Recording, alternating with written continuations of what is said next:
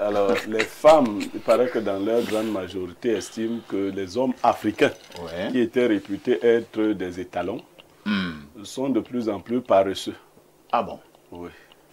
Ils ne portent plus des charges, Oui, ils n'abattent plus des arbres. on essaie de comprendre. Elles marchent même dans certains pays, notamment au Kenya, elles ont marché. Il paraît que celles du Cameroun s'apprêtent à marcher. Pourquoi? Elles disent que du point de vue de l'acte sexuel, elles ne reçoivent qu'une partie congrue. Un peu seulement. Comme la chanson de l'air. Oui, un seul. Que c'est très insuffisant. Un seul quoi? Bon, c'est ce qu'elles m'ont dit. Hein. Un seul bonbon? Oui, il y a une situation. Enfin, je veux savoir si c'est un malaise généralisé, si les Africains souffrent de plus en plus de perte de désir sexuel, les hommes. Parce qu'il Au point, les femmes s'en plaignent. Oui, oui. Honnêtement, les femmes de plus en plus se plaignent du fait que les hommes n'assurent plus de manière régulière, mais aussi de manière assez consistante l'acte sexuel. Bon, je commence donc par le psychosociologue. Et il est dans son élément. Alors, Bleureux dit qu'il a reçu plusieurs plaintes de femmes. Les femmes se plaignent. Il paraît que les hommes sont devenus de plus en plus faibles du côté du Pays-Bas. Cela peut être dû à quoi? Je vous pose la question, professeur.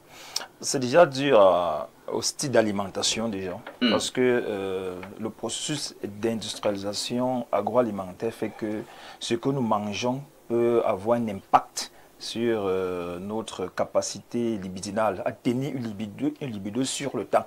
Parce que de plus en plus, nous quittons du naturel avec ce qu'il avait de spécifique, parce qu'il avait également ceci de particulier d'entretenir notre sexe et notre sexualité afin qu'il tienne dans le temps. Mais malheureusement, notre style d'alimentation également, les bières qu'on boit un peu partout, l'alcool, le whisky, tout ce qu'on prend. Alors que quelqu'un lui te dira que c'est quand il prend par exemple même du whisky qu'il est très très performant sur ce point de vue. Très bien, là ça va faire un effet psychique, c'est-à-dire que si on connecte le rapport sexuel au whisky, ça va faire que le sujet naturellement ne peut plus se déployer. Il faut simplement qu'il prenne d'abord du whisky. Je suis d'abord dans une posture naturelle de la sexualité, parce que l'acte sexuel en soi, c'est un acte qui est simple, qui ne demande même pas trop de pression et trop d'action que nous faisons le plus souvent. Parce que c'est quelque chose de naturel. Le sexe masculin est préparé et est prêt, a des prédispositions anatomiques pour satisfaire un sexe féminin. Maintenant, ce que nous disons en psychologie, c'est que ce n'est pas la longueur ou bien le temps que met l'individu sur la femme qui compte, mais c'est la connaissance du corps de la femme. Parce que le plus souvent, le plus gros problème, c'est que nous ne connaissons pas le corps de la femme. Et parfois aussi, les femmes n'ont pas pris le temps de connaître leur corps parce qu'elles entrent précocement dans la sexualité, dans l'acte sexuel. Le plus souvent, elles ne donnent pas à leur corps d'être mature et préparé et prêt pour l'acte sexuel. C'est pourquoi de nos jours, les plaintes des femmes sont de plus en plus nombreuses. Moi, je les reçois dans les différents cabinets dans lesquels j'exerce. Elles se plaignent de la satisfaction sexuelle. C'est une réalité. Les femmes se plaignent de plus en plus d'être sexuellement insatisfaites. Elles sont insatisfaites d'abord du fait d'elles-mêmes déjà. La première chose, c'est quoi? On devait pouvoir connaître son corps. Le corps de la femme, c'est un peu comme une forme d'effervescence des zones qu'on appelle les zones érogènes. Les zones érogènes de la femme ne sont pas aussi comme les zones érogènes de la femme, des hommes. Parce qu'une femme, parfois, il suffit d'un regard, il suffit d'un message, il suffit d'un cadeau pour que sa sexualité s'ouvre entièrement et se prépare à recevoir l'autre. Parce que la seule différence, c'est que, moi je prends le langage du quartier, les hommes sont comme des terroristes et les femmes sont comme des invités. Un terroriste, il mange tout ce qu'il voit, il boit tout ce qu'il voit. Alors une personne qui est invitée a beaucoup plus d'exigences. Bon, le corps de la femme a beaucoup plus d'exigences que nous le pensons. Et parfois, pour réussir sa sexualité, ce n'est pas la longueur, ce n'est pas le temps qu'on mettra, mais c'est la qualité. Et la qualité commence par... Dans la qualité, il y a la longueur. Non, je vais y arriver parce qu'il y a des femmes qui sont qualité et longueur. Mais il y a des femmes qui sont strictement qualité, qui fait que 2, 3, 5 minutes peuvent aller. C'est déjà bon. Mais également, l'erreur que nous commettons le plus souvent, c'est que lorsqu'on entre sur une femme de la qualité, on oublie qu'elle a un appareil génital. Un appareil génital qui a besoin d'un ensemble d'activités, d'un ensemble d'actions. C'est pourquoi la satisfaction peut être organisiste, elle peut être psychologique. Elle peut être psychologique lorsque le désir est là. Mais l'organe, qu'est-ce qu'il fait? Il reste dans quel état? Est-ce que l'organe n'a pas besoin de sentir, de supporter, d'accueillir et de vivre un certain nombre de situations? Bon, le plus souvent, les hommes sont caricaturés dans le sens de la, je vais dire un gros mot, c'est-à-dire de s'introduire à l'intérieur des femmes sans savoir qu'il y a tout un dispositif, il y a toute une dynamique, il y a toute une synchronisation. Est-ce que ce n'est pas ce qu'on appelle ici, entre autres, les préliminaires? Il y a tout, il y a un ensemble, il faut d'abord, entre autres, il faut connaître sa femme, il faut connaître sa partenaire. Le plus souvent, mais quand vous allez, nous conseillons en psychosexologie, nous conseillons aux gens, on n'a pas un acte sexuel à une femme qu'on ne connaît pas. Vous n'allez pas directement dans une chambre, une femme commencer à vous retrouver sur elle, ainsi de suite. Pour aller avec elle, les 3 premiers moments avec la femme, c'est de découvrir, c'est de l'écouter. Parce que le corps de la femme parle plus qu'elle-même, elle l'entend. Est-ce que tu écoutes encore? C'est donc pourquoi la dynamique de la sexualité voudrait qu'on soit concentré. Ce n'est pas un repas qu'on consomme à la va-vite. C'est un repas qu'on prend son temps pour le consommer parce qu'il demande, il a des exigences. Très bien. Il a des exigences pour le savourer et pour bien le consommer. À l'Indoc, il y a une plainte que les femmes ont déposée. Et le psychosociologue appuie. Il dit que lui-même, il en reçoit de plus en plus dans son cabinet. Les femmes disent que vous, les hommes, si vous voulez vous me mettez, vous ne valez plus grand-chose. Que faut-il faire? Bon, il y a des gens paradoxes qui se dégagent de cette dénonciation. Je sais pas, mais on peut peut-être réconcilier ce que je vais dire avec la dénonciation. C'est quand même le pays, on écoute dire cela dans le pays où à tout bout de rue, il y a un merchandise de quelque chose qui a trait à la libido. On en parlera encore tout à l'heure. On a l'impression qu'on est dans la culture des gars qui vont durer le plus longtemps au lit. Vous passez dans la rue, il y a des phallus en forme de bois qu'on présente partout, avec des décoctions de ci, de ça, partout. En ligne, on est toujours en train de vous dire, oh, tu as la poudre du lion ici. Tu as... Bon, puis finalement, quand on vient me dire que bah, les gars n'assurent pas, bah, je me dis, mais qu'est-ce qui s'est passé avec tout ça? Avec tout cet arsenal? Comment ils n'assurent pas? Donc, finalement, peut-être que justement, c'est-à-dire que le marché en question, des aphrodisiaques et tout le tralala, prospère justement pour signifier le problème que Blériot présente dans la dénonciation. Voilà, et le problème, vous voyez, il faut déjà comprendre. Il y a quelqu'un qui disait, on a tellement fait de progrès que plus personne n'est en bonne santé. C'est le paradoxe. On dit qu'on fait des progrès, mais personne n'est en bonne santé. La libido n'est plus là, etc. Et je pense que le professeur l'a bien développé tout à l'heure, il faut qu'on fasse attention. Les gens, quand on dit souvent, le début de la santé, c'est votre hygiène de vie, ils ne comprennent pas. On a véhiculé des faux messages aux gens. Est-ce que vous savez qu'à une époque, même dans la science, soutenue par le marketing, on a fait croire aux gens que fumer c'était tendance, fumer c'était bien pour la santé, etc. J'ai retrouvé historiquement, en faisant des recherches, les traces de cette mauvaise propagande. Et c'est comme ça, jusqu'à aujourd'hui, les gens pensent que bah, l'alcool, ça nous fait du bien, etc. Moi, j'ai connu quelqu'un, quelque part, dans une petite localité, il est venu se plaindre à moi. Il me dit, l'alcool m'a fini. Je suis plus un homme, l'alcool m'a fini, je peux rien. Fini. Donc, paix à son âme. Il faut que les gens fassent attention. Et puis maintenant, il y a aussi ça. Son âme vit encore, il n'est pas mort. Vous savez, les gens... Non, il est encore vivant. Non, c'était grave, hein, c'était grave. C'était au passé que tu connais. Bon, puisque je n'aime pas ces nouvelles. On va jeter à Lino. Ce que je veux dire, c'est que vraiment, on doit apprendre à s'écouter. Et je suis sûr que, à s'écouter, c'est-à-dire que dans l'interpersonnel, et puis en tant qu'être, apprendre à connaître notre corps, et surtout, vraiment, ne nous laissons pas tuer la sexualité et la libido par la pornographie. Parce Merci. que ça ne fait forcément pas de bien. Ibrahim, je prends le contresens de cette affaire. C'est vrai que les femmes se plaignent, ce n'est pas pour défendre les hommes. Ça ne sert d'ailleurs à rien. Il est question de trouver une solution et non de les défendre. Alors, entre-temps quand même, est-ce que les femmes elles-mêmes aussi n'ont rien à se reprocher? Le psychosociologue aura encore une parole tout à l'heure. Est-ce que la femme elle-même aussi n'a pas un rôle à jouer dans cette affaire pour amener son homme? Parce qu'il y a aussi des femmes, elle est d'abord nerveuse. Écoute-toi là. Oui, pas la parole, Ibrahim. Bon, parfait. C'est un sujet où Viorio me connaît très silencieux. Ah bon? Mais je vais me livrer à l'exercice. Est-ce que les femmes n'ont pas leur rôle à jouer? Ils ont toutes un très grand rôle à jouer. C'est elles qui nourrissent leurs hommes, c'est elles qui détendent leurs hommes. Il y a des hommes qui seulement à cause du stress n'arrivent pas à passer. C'est-à-dire qu'on n'est plus à l'époque de nos grands-grands-parents où on cultivait le champ, rentrant, on s'asseyait, il n'y avait que ça à gérer. Hein. C'est-à-dire qu'il y a des pressions sociales, il y a des demandes, il y a le stress. Les hommes, on disait que c'était pour les Blancs avant, mais je crois que avec le temps, nous-mêmes les Africains, on commence à stresser. Et ça aussi, ça a une répercussion sur l'activité sexuelle. Et je crois que là, l'un des domaines qui fait en sorte que les hommes stressent, c'est les femmes. C'est les femmes. C'est-à-dire qu'une femme peut t'amener à stresser lorsqu'elle a des besoins, elle peut t'amener à stresser lorsque tu sais que tu vas rentrer et elle va t'engueuler, etc. J'ai une histoire qui m'a toujours traumatisé parlant du comportement des femmes, en l'amenant dans la dynamique de poursuivre dans sa sexualité. C'est un monsieur qui, pour moi, est bien, mais qui, je suis sûr, sexuellement ne met pas longtemps. Pourquoi? Parce que sa femme est une femme querelleuse, qui l'insulte matin, midi, soir.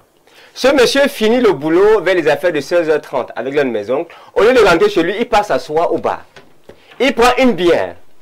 Il n'a pas des invités, il n'y a pas une copine qui est devant lui. Le gars va boire la bière jusqu'à 23h. Vous comprenez qu'il a un sérieux. C'est-à-dire qu'il veut tuer le temps. C'est le genre de monsieur qui, lorsqu'il veut rentrer, dit « je suis fatigué, il a tiré la couverture. Le matin à 5h, je suis pressé, il veut déjà partir parce que sa femme lui met dans des situations désagréables. Si vous créez un environnement pareil en milieu familial, il ne faut pas croire que ce monsieur-là, même si le désir du côté animal le saisit, il va persister ou insister dans cette dynamique-là. Non, les femmes peuvent œuvrer à moins stresser leurs époux. Les femmes peuvent œuvrer à moins stresser leurs époux. Est-ce que les femmes ont suivi? Je pose la question à Joseph Zabo, pas cette question, hein, une autre préoccupation. Joseph, revenons au niveau de nous hommes. Il faut trouver une solution, c'est sérieux là. C'est sérieux là, les femmes sont fâchées. Oui, ben, en tout cas, moi je vais donner deux points de vue là-dessus. Bon, alors, premièrement, il faut déjà dire que les femmes aujourd'hui revendiquent quelque chose qu'on appelle, c'est quoi, l'égalité de sexe et tout ça. Mais elles le revendiquent uniquement sur la prise de décision. Mais ça n'ancre pas dans le secteur gestion financière au cours de la maison. Ça Vous voulez nous amener où? Non, je vous amène sur un angle très bien précis. L'homme... Les femmes disent que oui, il faut nous satisfaire. Je réponds à leur question. Venir, là, Les hommes se tapent le travail. Les hommes ont deux femmes. La première, c'est le travail, parce que c'est elle qui s'occupe de la deuxième, qui est la femme de la maison. Ça fait donc que le gars se tape deux femmes. Donc c'est naturellement des polygames au Cameroun, pour le cas du Cameroun, parce qu'on a deux femmes. On a une qui est le travail, on a une deuxième qui est celle de la maison. Sauf que si la première est mal gérée, ça a un impact direct vers la deuxième. Mais la deuxième demande toute l'attention que tu dois donner à la première épouse. Sauf que si tu donnes cette attention à celle-là, la première femme est mal à l'aise et du coup le foyer ne fonctionne plus. C'est pour dire simplement que si les femmes veulent avoir plus de temps de tout ce qu'elles appellent satisfaction sexuelle et autres, il faudrait qu'elles soutiennent de plus en plus la gestion financière du foyer. C'est elle, quand je dis soutenir, parce que, je vais vous dire, il y a plusieurs avantages à ça. Une femme qui ne fout rien dans sa vie n'a que ça. Quoi? Le sexe. Ah bon? À offrir et à bien offrir et à satisfaire. Elle n'a que ça. Ça signifie que l'homme sort à 6 h, il rentre à 20 h, il est fatigué. Et je vous assure, cette affaire de coup qu'on ne veut pas dire depuis là, lorsque tu arrives à croire, le lendemain, tu es foutu. Foutu de chez foutu. Je ne parle pas des gens qui entrent puis vomissent là. Je dis, tu fais ça bien, tu es fatigué. Un travailleur de mon état, je ne te fais pas ça. Je ne te fais pas ça. Et s'il faut qu'on le fasse, il faut qu'on se rassure de ce nombre de choses. Est-ce qu'on a payé la maison? Est-ce qu'on a rationné? Est-ce que Les tout enfants va sont bien? allés à l'école. Les enfants sont allés à l'école. Deuxième tranche. Oui. On ne peut pas avoir le temps de tout ça si on n'a rien à manger. Il y a la belle-mère qui est malade. Mais, et c'est elle-même qui te dit, tu n'es même pas un homme. Même donner à manger aux enfants, même leur acheter des chaussures. Ce qui fait que la priorité d'un homme, c'est de satisfaire la première épouse qui est son travail. Très bien. Parce que quand le travail se comporte bien, la gestion conjugale est parfaite. Et c'est à ce moment qu'on peut s'attribuer dans des petites vacances, les ceci. Mais si les femmes ancrent aussi dans le travail, elles vont soutenir les hommes bien assez, la gestion serait facile et on se trouvera le temps d'aller au bord de la plage de Kribi et tout, et avoir le temps de se satisfaire de ce côté-là aussi. Pierre Blériot Onyemec, un ancien, me disait, perfecto, tu sais, si tu vois dans un couple où il y a des problèmes matin, midi, soir, interroge le lit. Oui, mais beaucoup ont refusé de poser la problématique. Joseph Zambo vient de vous dire l'économie, lui il est l'économie. Si les femmes ont un problème et que les hommes ne peuvent pas, ou leurs maris ne peuvent pas le satisfaire, elles vont trouver une solution, puisque il était question qu'on leur trouve une solution. Et moi, j'ai Nous, on ne fait que les condamner, leur dire que bon, si vous ne venez pas vous ajouter au travail, celles qui travaillent, est-ce qu'elles reçoivent leur droit? Non. Parfait, ici, il y a une illusion dans la sexualité. Il faudrait qu'on dise la vérité aux femmes. Les hommes ne peuvent pas tenir la sexualité à la dimension des femmes. Non, ils ne peuvent pas. Quand vous êtes jeune, votre corps vous trompe. On se vantait, j'ai fait 7, j'ai fait ceci. Non. Quand nous montons en âge, tout à fait, nos muscles deviennent plus faibles. Tandis que la libido de la femme, dans une tranche d'âge, et il faut observer les femmes qui revendiquent, c'est les femmes en début de la quarantaine, ce n'est même pas les petites filles, c'est pas les... La libido de la femme augmente. Il y a ces activités dont parle Zambo, mais également, il y a notre multiposition, c'est-à-dire que les hommes n'ont pas une seule. Pas du tout. Voilà, il faut aussi dire les vérités. Voilà, ils ont 2, 3 dehors, ils s'économisent donc eux-mêmes. Ils font les 3 là, mais ils les font chez 3 personnes. Oui, ils les font. Et les femmes, elles, donc, n'ont pas la possibilité de compléter les 2 là chez 2 autres personnes. C'est pour ça qu'en fait, le message sous-jacent, c'est si vous voulez aller dehors, rassurez-vous que vous avez déjà satisfait l'intérieur. Voilà le problème. Maintenant, comment trouver des solutions? Moi, j'ai suggéré aux femmes et aux hommes donc. Le prof a indiqué comment il faut maîtriser son corps. Effectivement, il faut bien maîtriser son corps en tant qu'homme. Vaudrait mieux avoir un qui soit suffisamment long, qui soit bien fait, capable de satisfaire tous les besoins. Ça, apprendre donc à se contenir. Ça, des techniques de tantrisme et autres l'enseignent. Parce que ça aussi, même les 1 là, il y en a qui sont les faux 1. C'est-à-dire, à peine on a commencé, vous parlez, non, c'est terminé, c'est parti. Donc, dans ces conditions-là, c'est des frustrations que nous donnons, nous servons à nos femmes. Il faut travailler, il faut que les hommes, ils ont parlé de l'alimentation et autres, mais également l'activité physique, les activités de concentration, le yoga. Il faut faire un certain nombre d'activités, des muscles qui concourent à cela. Parce que on ne le dit pas suffisamment, parfait ici. C'est parce que ces muscles qui concourent à l'érection sont mal entretenus que l'érection ne dure pas. On travaille ces muscles. On apprend à retenir l'éjaculation. Il faut conformer les gens à cela. Parce que les couples se portent mal et la société, on croit que c'est un sujet banal. Je vous assure que dans cette société où les gens ne font pas bien l'amour, les gens sont malades. Ah bon? Oui. Oui. Une femme qui est satisfaite dans son couple 2 fois la nuit et tout le matin, quand elle se lève, elle a des petites chansons et tout. Et le mari aussi. Il y a des hommes, quand ils vous parlent, vous sentez que cet homme-ci satisfait la femme. Parce qu'il a une certaine assurance qui accompagne sa façon de parler. Mais un autre, là, lui aussi parle, mais il sait que chaque fois que sa femme le regarde, il envoie le regard ailleurs. Parce qu'elle croit qu'il va lui demander que pourquoi tu grondes. Blériot, laisse comme ça. Ouais, tu as trop lavé les hommes ce matin. Je n'ai pas lavé personne.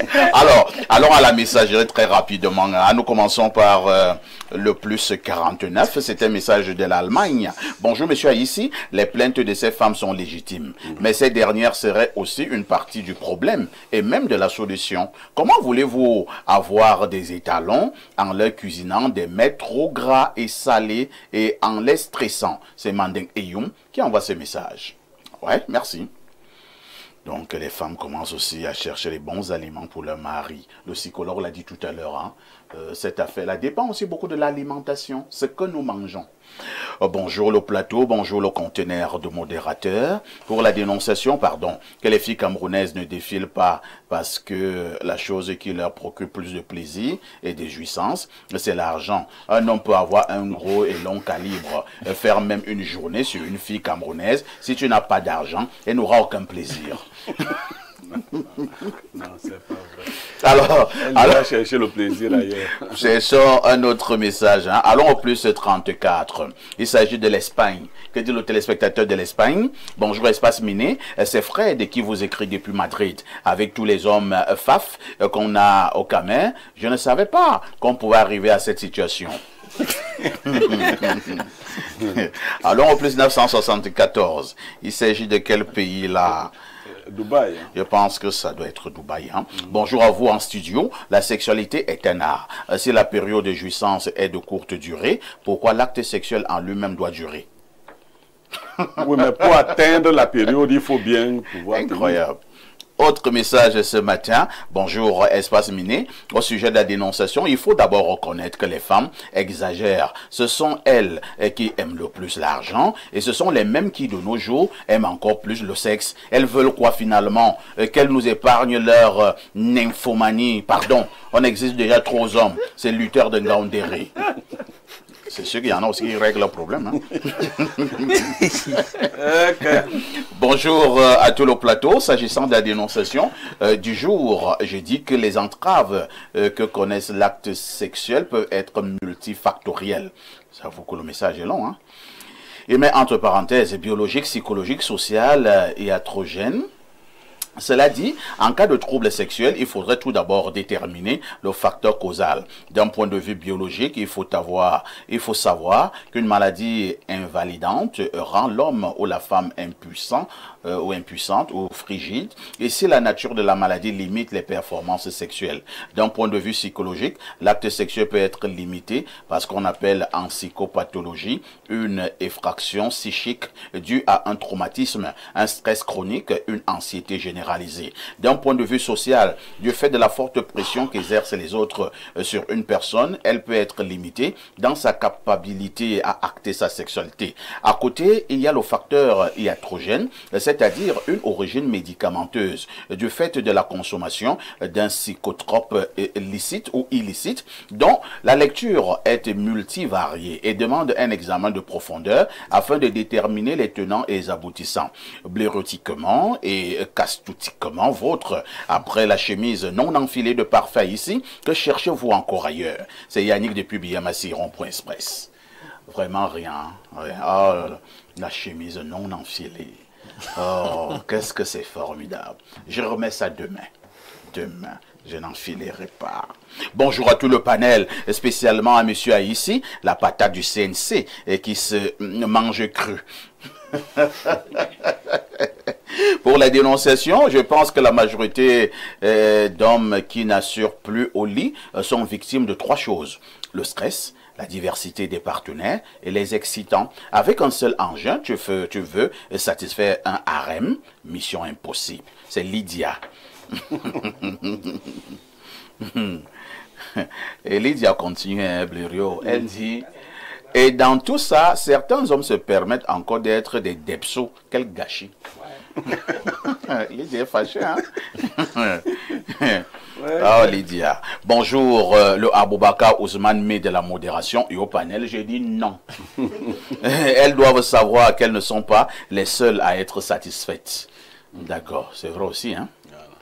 C'est vrai aussi, hein.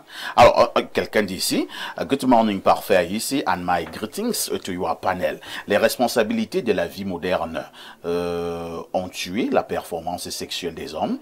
Comment voulez-vous qu'un homme soit performant quand ses factures ne sont pas payées, quand sa maison n'a pas de nourriture, quand votre femme vous engueule? Si on fait une étude, on verra 90% d'hommes dans les bars à 21h. Ils ont peur de rentrer pour ne pas affronter la colère de madame. Voilà pourquoi l'alcool joue un rôle négatif dans notre société. C'est Léon Amala Brooks qui envoie ce message. Il continue en disant, you are not serious. Laisse un peu les hommes comme ça. Bonjour à tous. En rapport avec le développement du professeur, la connaissance du corps de sa partenaire et des zones érogènes est primordiale. Mais notons que la prolifération des différents aphrodisiaques dénature l'essence même du rapport sexuel, en ceci que beaucoup d'hommes sont tellement habitués à ces produits qu'ils pensent que tout le monde en est addict. Le sport pourrait également aider beaucoup pour remonter les compétences. Humblement, et c'est signé Le Prince. À tout de suite pour la suite.